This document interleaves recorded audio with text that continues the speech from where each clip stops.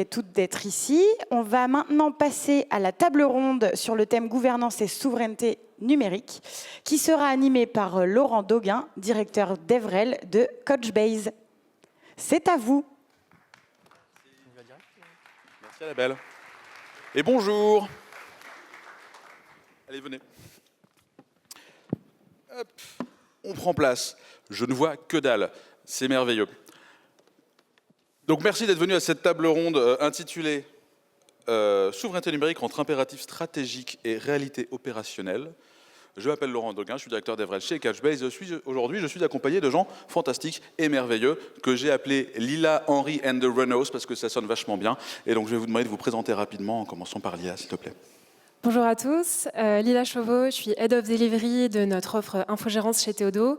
Théodo, c'est une entreprise spécialisée en conseil technologique et on accompagne nos clients de la phase de conception de leurs produits jusqu'à la phase d'infogérance. Voilà. Henri, vas-y. Donc je me présente, je m'appelle Henri, c'est un peu une chanson.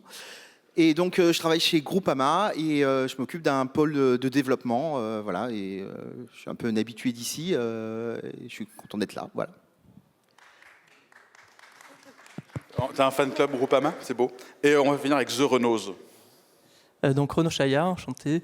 Donc je suis responsable du cloud Nubo, qui est un des 2 clouds interministériels de l'État, donc opéré par le ministère des Finances. Et je suis Renaud Fleury et je suis product owner de l'offre Cubo sur le cloud Nubo. Alors, merci à tous. Je vais essayer de garder un œil sur les questions au fur et à mesure que ces tables rondes avancent, donc n'hésitez pas à poser des questions le plus vite possible. Évidemment, allez voter. On essaiera de garder un peu de temps aussi à la fin pour vos questions.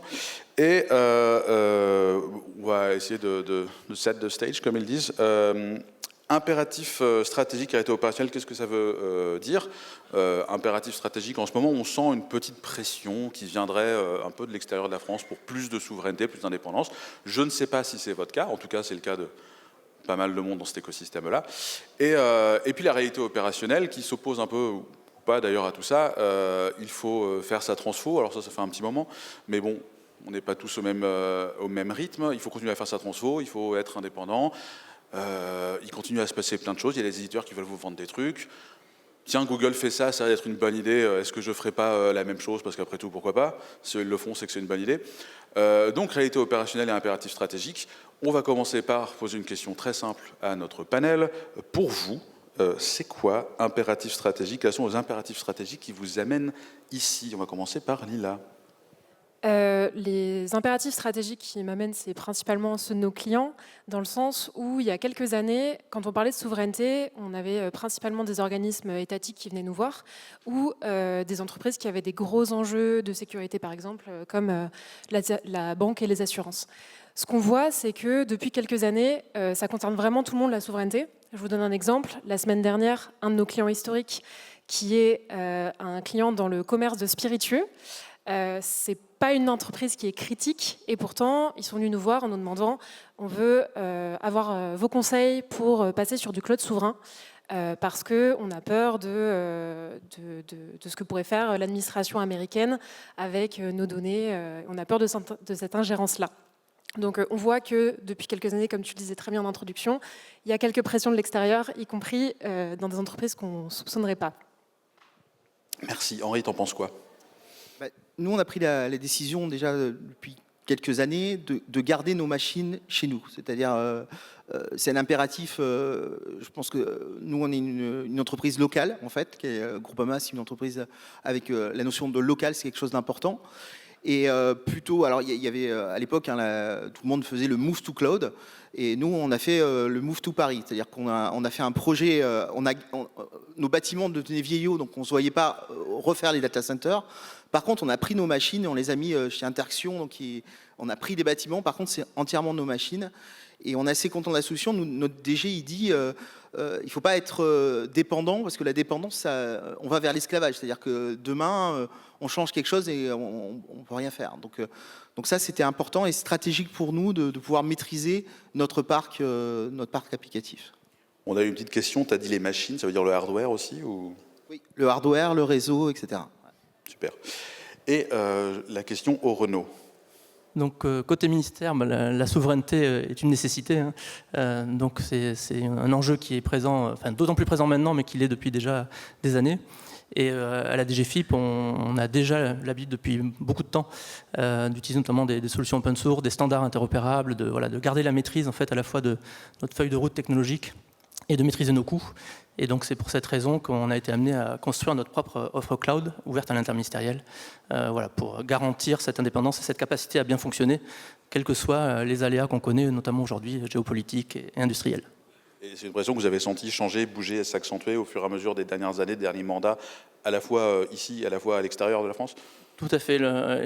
C'est beaucoup plus présent. Enfin, l'aspect souveraineté est très présent ces derniers temps. Et une des traductions, c'est qu'on nous demande même plus le bien fondé de ce qu'on fait, mais au contraire le fait qu'on ne fait pas encore assez, en fait.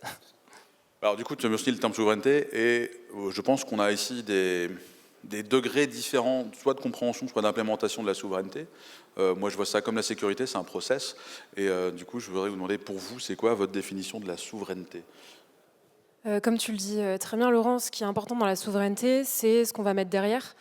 Nous, ce qu'on voit chez nos clients, c'est qu'il y a plusieurs raisons de passer sur la souveraineté. Déjà, des raisons légales. Pour tous les organismes qui travaillent dans la santé en France aujourd'hui, ils doivent se soumettre à la norme HDS, par exemple. Donc, des raisons légales, des raisons de maîtrise et des raisons marketing. Quand je parle de maîtrise, je donnais l'exemple tout à l'heure de notre client dans les spiritueux. Lui, il veut vraiment avoir le contrôle sur son infrastructure et ne pas dépendre d'un organisme extérieur.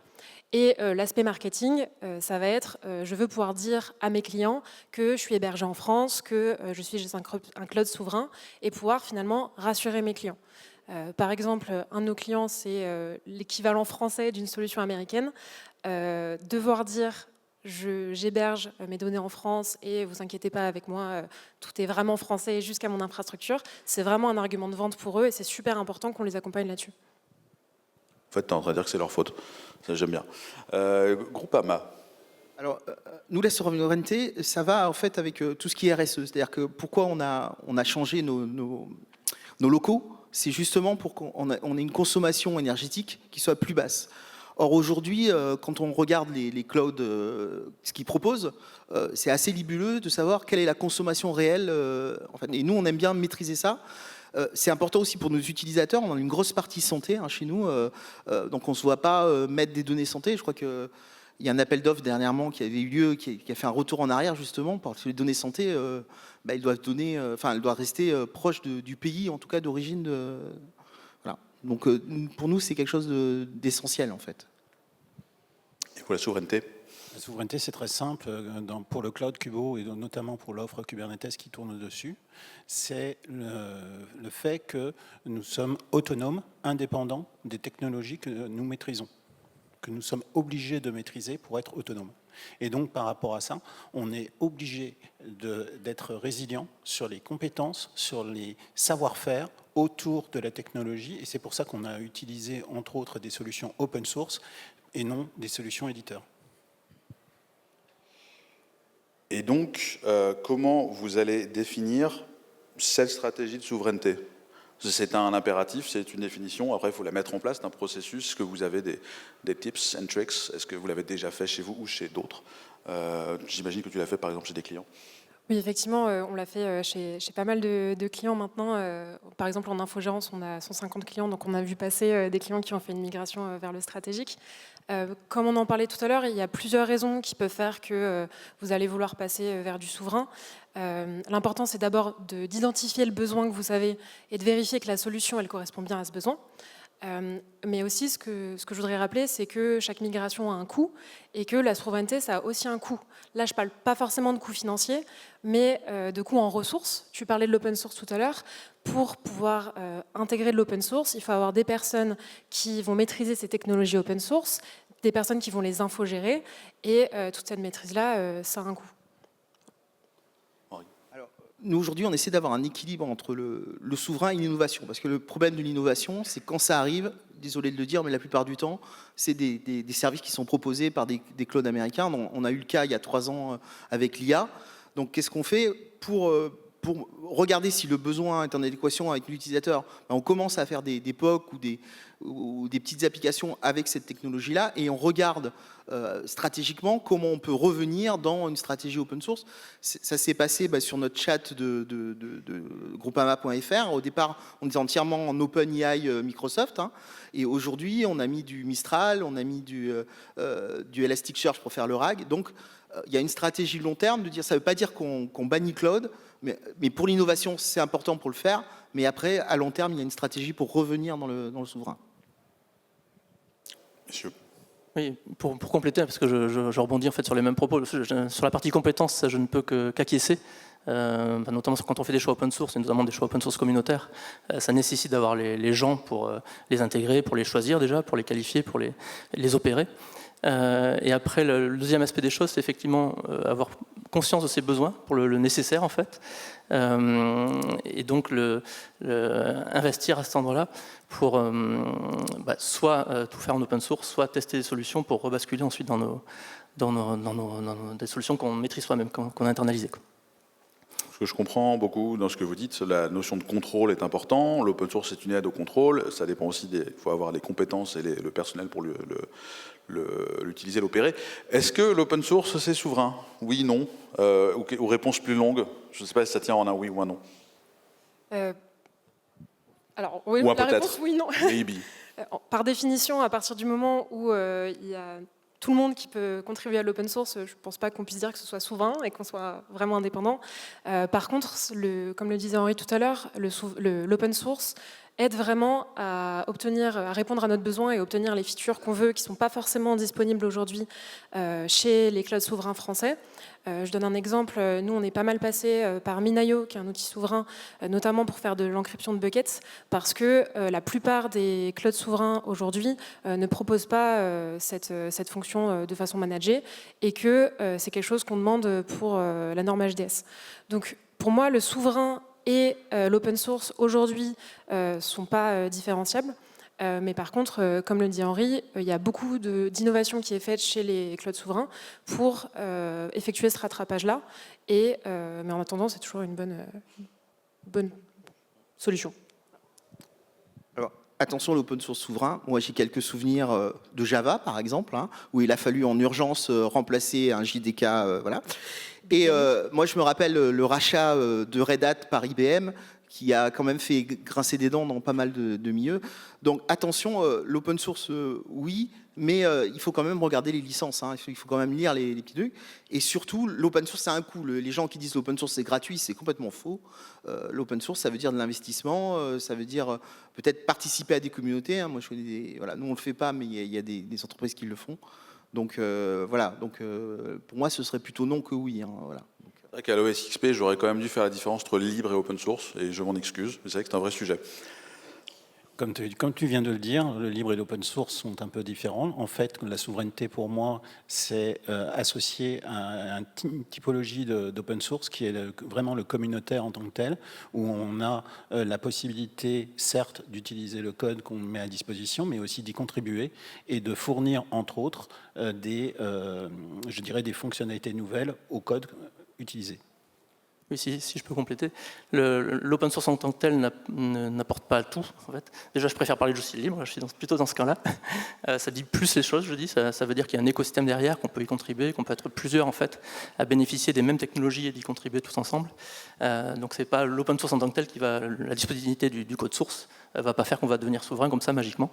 On peut être très dépendant d'un acteur unique avec de l'open source. Donc, il y a cet aspect-là. Donc, je dirais qu'il y a surtout une notion aussi de bien savoir quels sont les standards sur lesquels on se base. Et l'open source, en général, implémente justement ces standards et de se garantir d'une interopérabilité pour pouvoir changer de solution, qu'elle soit open source. D'ailleurs, il y a différentes réponses open source à des mêmes besoins. Donc, il faut avoir une bonne conscience des dépendances qu'on crée, les lister et savoir comment les gérer, voire changer quand c'est nécessaire. Donc la souveraineté par rapport à l'open source, oui, mais ça dépend du modèle. Je me rappelle d'un moment assez désagréable où on nous avait demandé de devenir membre d'une communauté pour soumettre des patchs de sécu, alors que nous, on voulait juste fixer des bugs, et c'était pas cool. Dernière question que nous avions prévue en avance. Est-ce qu'on peut concilier innovation technologique et souveraineté ? Ça dépend de ce qu'on entend par innovation technologique. Si on veut faire exactement la même chose que des AWS et des GCP en France, il faudra mettre le même budget. Je ne suis pas sûre qu'on y arrive aujourd'hui. Par contre, ce qu'on voit chez les clouds souverains aujourd'hui, c'est que l'innovation, elle est davantage tournée vers les besoins des clients de ces clouds souverains-là. Ce qui est super intéressant, moi je trouve, quand on travaille avec des scaleway, avec des hotscale, c'est qu'ils sont vraiment à l'écoute des besoins de leurs clients et que c'est pas, faut aller dans les bureaux d'un hotscale, d'un OVH et aller dire, attendez, en fait, nous on a tel besoin, comment on fait, c'est où sur votre roadmap? Vous pouvez essayer à Seattle de le faire dans le siège de GCP. Je ne suis pas sûre que ça donne la même chose. Donc, on n'a pas les mêmes budgets, mais je pense qu'il y a vraiment des choses hyper intéressantes à faire sur les clouds souverains en termes d'innovation. Moi, sur l'innovation, nous, on a une démarche par rapport aux clients. Parce que l'innovation, comme ça, l'innovation pour l'innovation, on est plutôt l'innovation sur les cas métiers. Et souvent, ce qu'on fait, c'est qu'on va prendre des technologies qui soient open, souverains, pas souverains, et on va voir à nos clients, est-ce qu'on peut déclencher des besoins qu'ils n'ont pas aujourd'hui. Steve Jobs disait souvent, c'est pas en améliorant la chandelle qu'on a inventé l'électricité, c'est un peu ça, c'est-à-dire que les besoins nouveaux, on les voit pas forcément. L'IA, on l'a pas vu arriver. Voilà. Donc, et je pense que il faut souvent revenir sur l'innovation, sur le besoin, et on peut faire de l'innovation sans forcément aller chercher une solution technologique compliquée. Voilà. Je dirais tout simplement que en fait, le besoin drive en fait, l'innovation et on essaye d'y répondre à travers les modèles open source mis à disposition. Et en fait, on se fixe réellement sur le besoin. Je vais prendre un exemple très simple. L'offre Kubo que je suis en train de faire, on ne va pas mettre à disposition des clusters en laissant les applicatifs. Excusez-moi. Donc, je parlais de Kubo, qui est en fait un exemple différenciant dans le sens où on a non bien mis. Tu m'as vraiment déconcentré. Pardon. Non. Subtil, donc je reprends.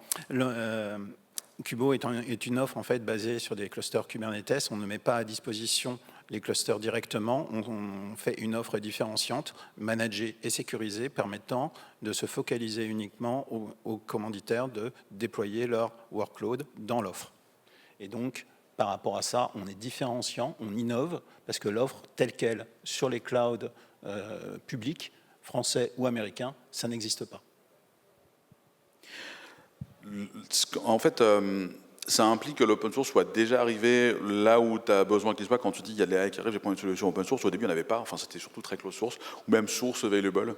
Il y avait une question que j'avais vue, donc quid de l'IA dans les enjeux de souveraineté, excellente question.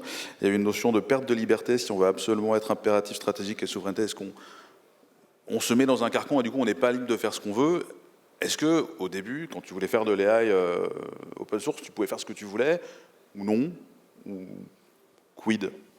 Oui, moi je ne fais pas forcément une opposition justement entre innovation et souveraineté, parce que c'est ça la question. Moi c'est complémentaire en fait. On peut viser la souveraineté, donc notamment cette indépendance, tout en innovant, soit effectivement en intégrant des composants déjà existants mais de manière nouvelle, soit en développant des nouveaux composants ou en étoffant les fonctionnalités de certains composants. Enfin, voilà, je ne fais pas d'opposition particulière sur ces deux aspects. On n'est pas obligé non plus d'être fermé sur soi et de fermer le code pour innover. On peut très bien innover en open source et ouvrir tout de suite. Après, il y a plus un enjeu peut-être commercial, si on veut bénéficier de l'innovation et faire un certain bénéfice, on va dire. Par contre, ce qui est intéressant dans la question sur la partie carcan et s'enfermer, c'est vrai que quand on pense à souverain, en général, on va penser aux normes qui vont avec. Et qui dit norme, dit carcan, d'une part. Donc ça, on ne peut pas vraiment y déroger.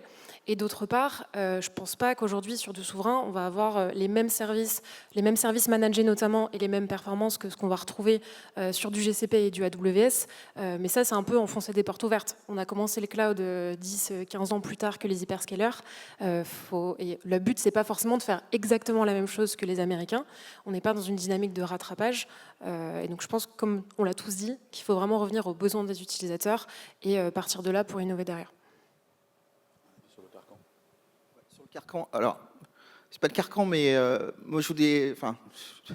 si on se rappelle l'origine d'AWS, on se rappelle que c'est en fait c'est un vendeur de supermarché, enfin pas tout à fait, qui en fait a fait un service informatique et a dit mais finalement mon informatique elle pourrait peut-être servir à tout le monde. Donc ça, c'était de l'innovation. Et c'est pas de l'innovation, enfin, ça aurait pu se passer chez Carrefour, hein, j'aurais tendance à dire. Et du coup, c'est ça qu'il faut penser comme ça. C'est-à-dire que l'innovation, ça vient de prendre un besoin qui, au départ, on pense que c'est que pour nous, et qui finalement, c'est pour tout le monde. Alors, pour vous dire que c'est pas un carcan, donc chez nous, on est plutôt une boîte assurance, normative, etc. On a créé une start-up qui s'appelle DocTeller, parce qu'on a fait en interne un système de reconnaissance de carte d'identité, que en gros, les ratios de ce système étaient vraiment au-dessus du marché. Et on a laissé les développeurs créer leur propre start-up qui existe aujourd'hui et qui est en train de chercher des clients et qui en a trouvé. Donc l'innovation, voilà, ça peut venir de l'interne et c'est au-delà des frontières. C'est-à-dire que si vous avez quelque chose qui est innovant, pourquoi le laisser qu'en France, voilà. Donc, on va passer au top des questions. La question la plus votée et qui peut être aussi intéressante en lien avec l'IA, c'est comment assurez-vous la souveraineté matérielle ? Alors en plus, qui plus est, comment tu achètes des GPU français? Est-ce que ça existe des GPU français pour ce genre de choses? Est-ce que vous avez un avis? Oui, surtout qu'on se pose évidemment la question, parce qu'on n'est pas très connu pour fabriquer des processeurs en Europe notamment. Donc c'est dommage d'ailleurs, parce qu'on fabrique les machines qui gravent de manière très précise les processeurs qui sont fabriqués ailleurs. Donc peut-être qu'il serait intéressant d'en faire en Europe. Sur cet aspect matériel, je reviendrai à ce que je disais tout à l'heure, c'est essayer de justement pouvoir interopérer avec différents types de matériel, donc différentes sources de serveurs, différentes sources de stockage, etc. On a au moins cette capacité-là. Après, ça nous rend quand même dépendants, mais de plusieurs acteurs. Donc voilà. Pour l'instant, globalement, pas européen sur la partie matérielle. Même chose. Là, vous êtes tous au même. C'est difficile. Ouais, moi, j'étais chez Bull à une époque, mais bon, c'est fini ça, cette époque-là. J'espère que si vous vouliez acheter de la RAM ou un disque dur SSD dans l'année, vous l'avez fait maintenant. On a quand même quelques acteurs. J'entends parler de Bull, mais il y a quand même Eviden maintenant qui fait des supercalculateurs. Voilà, il y a quand même des choses. Mais il fait plus des PC. Alors, c'est là où on arrive sur des questions rigolotes. Que pensez-vous du niveau de souveraineté de la solution Sense présentée juste avant? Souveraineté washing, point d'interrogation. Est-ce que c'est quand même souverain? C'est pas souverain? Est-ce que vous êtes utilisateur de ce genre de choses comme c'est par la DGFIP?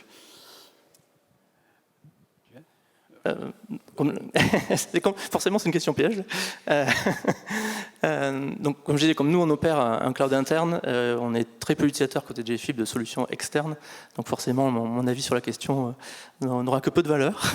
Donc, moi, je vais répondre tout simplement. Si demain Google coupe le delivery de la stack technique au data center Sense, que fait-on? Je vous rappelle, il y a une vidéo et une vidéo sur les interviews du Sénat, les auditions du Sénat, où Guillaume Poupard a été interviewé il y a quelques mois sur ce sujet-là. Il a dit que ça prenait à peu près une semaine max, je dirais, avant que les failles de sécurité arrivent et que la solution ne soit plus maintenable. Guillaume Poupard, qui est le président de c'était quoi? C'est l'Association nationale de sécurité, l'ANSI, ouais. Agence nationale de sécurité intérieure. Comme tu le dis, tout dépend du niveau de souveraineté qu'on vise. C'est-à-dire que Sense, c'est très bien pour viser, pour retrouver un peu ce qu'on avait chez les cloud providers américains, mais en ayant quand même une baisse de souveraineté qui est que les serveurs sont hébergés en France et que les équipes qui vont gérer directement vos données et les services managés seront des citoyens de l'Union européenne. Maintenant, comme le dit Renaud, si demain Google décide de ne plus maintenir cette solution-là, qu'est-ce qu'on fait ? Moi, ça ressemble un peu à un distributeur de bonbons, en fait. C'est-à-dire, on voit les bonbons à l'intérieur, mais il y a une vitre autour, et la vitre, elle peut casser. Moi, ça me fait penser à ça. C'est-à-dire qu'on a le code de Google, on se dit c'est cool parce qu'on a tous les services Google, pas tous d'ailleurs, hein, ils les ont bien choisis. Mais c'est vrai que potentiellement, il y a quelque chose de dangereux. Donc, bon, après, c'est pareil, hein, qui n'a pas Windows sur ses postes de travail, hein, donc, C'est de la gestion du risque, finalement, on en revient à ça. C'est quel parallèle vous faites entre votre gestion du risque et les besoins qu'ont vos entreprises? Et les besoins géopolitiques. Ouais. On va prendre une dernière question, parce que je l'aime beaucoup, elle est intéressante. C'est souverain, la tendance est presque entièrement axée sur la data, que faire du reste, qui laisse à penser que la data, c'est aussi les besoins de souveraineté qui sont exprimés par le public, par vos clients, et pas forcément par vous en tant qu'opérationnel, donc que faire du reste. Si c'est pas la data, on en a beaucoup parlé pendant cette table ronde, mais La question, c'était... Tu peux répéter la question? La tendance est presque entièrement axée sur la data. Bon, on a parlé d'un peu le reste, les OS, le software, le hardware, etc. Quid de la séparation entre data et opérationnel? Est-ce que quand tu as ta data chez toi, tu es souverain, même si tu utilises Sense, par exemple, ou chez Amazon, ou chez ce que tu veux? Pour moi, la data, là où tu stockes tes données, c'est quand même la base de la base du souverain. C'est-à-dire, si tu veux, par exemple, utiliser le fameux argument marketing dont on parlait au début, l'argument de base, c'est dire « Ah, bah, nos données, elles sont hébergées à Paris ou en Europe, donc je suis souverain ». On en connaît, hein, des personnes qui se croient souverains parce qu'ils ont leur data à Paris. Et c'est là où la définition du besoin et de pourquoi on a besoin de souveraineté, elle est hyper importante. Et il faut être transparent là-dessus. J'ajouterais là-dessus qu'on a quand même des normes en France et en Europe qui permettent de définir que nous allons avoir des fournisseurs qui sont responsables. Et c'est pour ça que la souveraineté est, je dirais, nécessaire par rapport au choix que vous faites du provider sur lequel vous allez stocker vos données. Car s'il est SecNum et qu'il respecte la norme RGPD, et bien derrière, vous avez une certaine garantie. Je dis bien garantie, parce que ce n'est pas forcément... je dirais, s'ils sont français ou européens, ça sera garanti. Si c'est un hyperscaler français, je dirais américain, par exemple, tel que Microsoft, eh bien, vous avez le directeur juridique, encore sur les interviews du Sénat, qui a mentionné qu'il ne pouvait pas le garantir que vos données ne seraient pas transmises aux États-Unis sur demande américaine du gouvernement. Moi, je pense que la data, c'est essentiel, mais la data sans la sécurité, ça ne sert à rien. Hein. Vu le nombre de sites, de données qui ont été expirées ces derniers temps, on s'aperçoit que pour être souverain, il y a la data, mais il y a tout ce qui est sécurité qui va autour. Hein. Donc, il faut les deux pour que ça fonctionne. Et les gens qui disent mes données, ils sont là, je suis souverain, c'est pas vrai. Hein. On le voit dans tout ce qui se passe. Voilà, il faut vraiment avoir les données et l'infrastructure et la sécurité qui va avec, sinon ça ne marche pas. Et là-dessus, on a la chance en France justement d'avoir un référentiel très exigeant, qui est le SecNum Cloud, qui s'applique à tous les opérateurs de cloud, qui soient interne-État ou un peu industriels. Et donc ce référentiel, quand même, justement, couvre énormément de paramètres de risque, de quelque nature que ce soit, quoi. Il est beaucoup plus exigeant que certains référentiels qu'on voit hors de France, quoi. Exigeant et très long à avoir. Oui, ça pose des questions de qui a les moyens de faire tout ça. Ouais, c'est intéressant comme question par rapport à des hyperscalers qui ont plus de moyens que les autres. Et pif. Comment réagir aux solutions open source qui passent close source? C'est la question un peu troll, moi j'aime bien. Qui veut se lancer? Ça rejoint un peu ce que j'évoquais tout à l'heure, c'est que l'open source ne fait pas tout. Et donc un logiciel open source qui n'a qu'un seul acteur derrière, qu'un seul éditeur, typiquement, qui a une posture d'éditeur, ça peut jouer ce genre de tour-là. Donc après, il faut s'assurer que cet éditeur a animé une communauté qui a suffisamment de contributions, qu'il peut y avoir d'autres acteurs qui maintiennent ce code, qui le font évoluer. Enfin, voilà, c'est plus une histoire d'écosystème que le fait que ce soit un logiciel libre en tant que tel, quoi. Si la question c'est comment on réagit quand l'éditeur décide de mettre un produit en maintenance ou de rendre sa solution payante, il faut avoir une bonne équipe d'infogérance, réagir vite. Non, il n'y a pas de solution miracle. Comme on dit, bien se renseigner en amont sur les licences et sur quoi on s'engage réellement, et avoir une solution de backup quand on se rend compte que c'est plus vraiment de l'open source.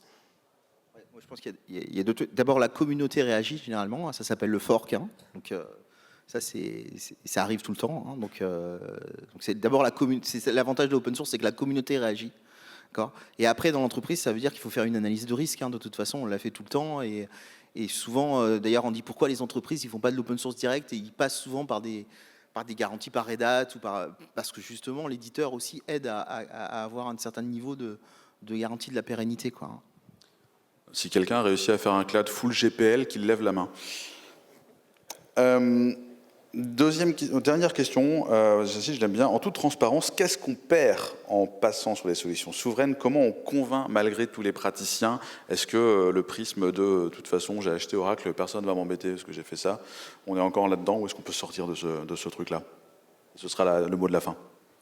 Je dirais ce qu'on perd, c'est ce que j'appellerais le clic-bouton. C'est-à-dire que c'est un peu plus compliqué d'accéder à des features qu'on a en clic-bouton sur du GCP ou du AWS. Il faut un peu plus se creuser le cerveau, il faut trouver des solutions qui sont innovantes, il faut se renseigner sur Enfin, j'en parlais tout à l'heure, par exemple, comment on fait du bucket encrypté quand on n'a pas la solution en manager sur son cloud provider. Donc, je pense qu'il faut vraiment se poser la question de pourquoi on veut passer sur du souverain, parce que toute migration, ça prend du temps, ça prend des ressources, et notamment sur du souverain, ça en prend encore plus. Moi, je pense que ça dépend aussi beaucoup de la taille de l'organisation, hein. Parce qu'il y a des organisations, passer au souverain, c'est très très compliqué, hein. Qui peut faire un IAM tout seul dans son coin, même si la solution open source, c'est ce qu'il y a dessous, tout le monde le sait. Mais voilà, c'est pas évident d'avoir le bon niveau de sécurité, les patchs qui suivent, etc. Donc le souverain, il faut quand même, certaines organisations peuvent être souveraines, d'autres c'est beaucoup plus compliqué. Donc Et puis, comme Lila l'a dit, on est parti plus tard. Enfin, on a du retard sur les hyperscalers, notamment américains. Mais c'est pas une fatalité. Donc, il ne faut pas non plus se dire, bah oui, c'est moins bien aujourd'hui, il y a moins de fonctionnalités. Elles sont pas toutes indispensables. Et puis, même s'il en manque, on peut quand même faire l'effort. Et puis, les ajouter, ces fonctionnalités. Et à un moment, on rattrapera le retard. C'est bon, on est bon.